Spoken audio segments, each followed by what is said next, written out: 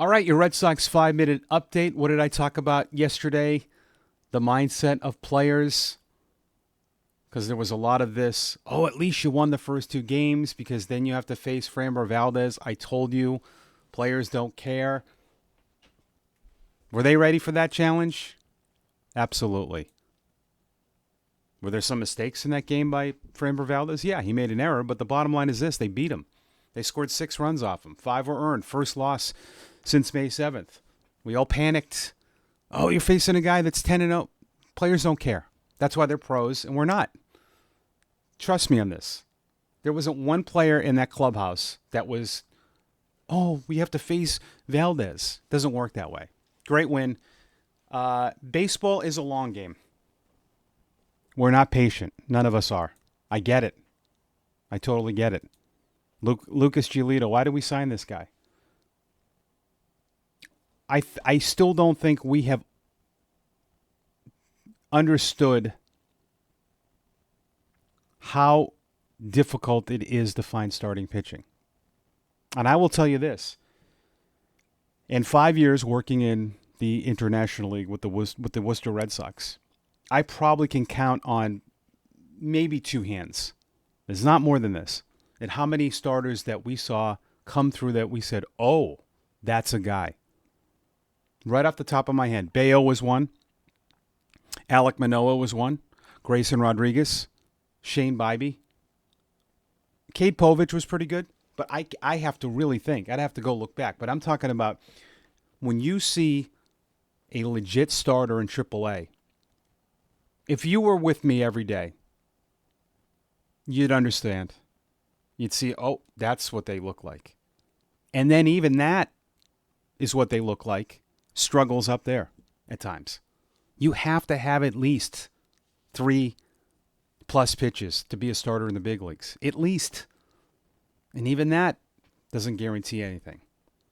We are way too overboard with statistics with minor league pitchers. Oh, look at that guy in his AA numbers as a starter. Doesn't matter. Really doesn't matter. I mean, you get to AAA, it is a lot different. You're facing big league hitters. And plus, you got to look at the repertoire and the stuff. If a AA pitcher is getting through as a starter with 2 pitches, even 3, that's it. Like if he's just fastball, slider, changeup, odds are he's not going to be a starter at the higher levels. They keep guys stretched out. But Giolito upset people. They signed him last year. He didn't pitch. Did the same thing with Sandoval. Got 8 innings yesterday. This guy could be a big part. Even if you wasted a year and he gets you to the playoffs this year as part of your rotation, it's worth every cent because these guys are impossible to find. They are. Listen, I want to go quickly to the deadline because I call things the way I see it. And I feel like the Breslow hate is now starting to get ridiculous. Sometimes I have fun with it, but you can be irrational, Red Sox fans. I'm going to call you out for this. To sit here and say that he sucks because of the deadline, he should be fired, is a fabrication. You can be mad about that. We can be upset about the Quinn Priester deal, about other moves. They're going to make mistakes. And I've probably said this before, but why I don't see more of these kind of tweets, and it's probably because we like to be negative.